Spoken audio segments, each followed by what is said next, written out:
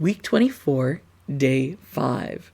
Well, we now see a rather sad ending to the kingdom of Israel. The people, so many hundreds of years ago, after Moses' death, had come in. They had defeated those who were living, and they settled in the land of Canaan, the promised land, the land that had been promised to their ancestor Abraham.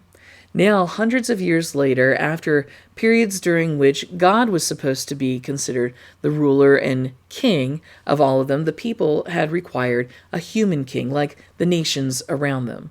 And so the prophet Samuel had, in much sorrow and discouragement, allowed them to have a human king.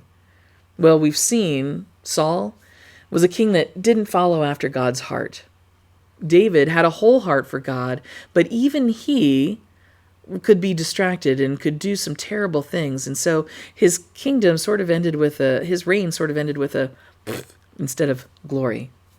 And then we saw Solomon, a man or a king who's got a divided heart.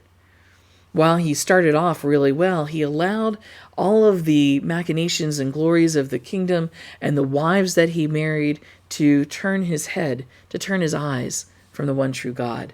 And so now the United Kingdom ends, and we now have the divided kingdom. The kingdom of Israel, they kept the name, are the 10 tribes to the north. In the south, we have Judah and Benjamin, and they become the kingdom of Judah. This is, in part, judgment on the house of Solomon.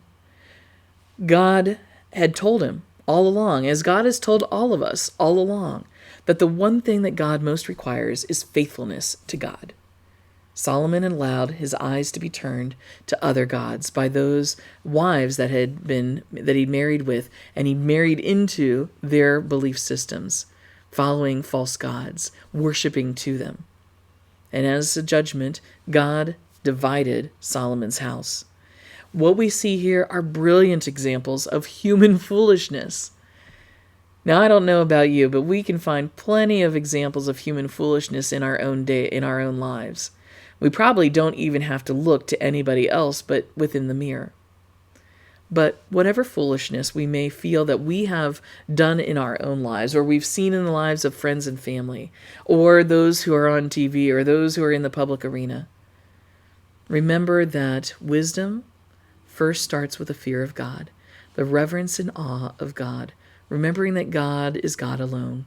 There is no other God, and we are to worship and praise and live for Him all of our days.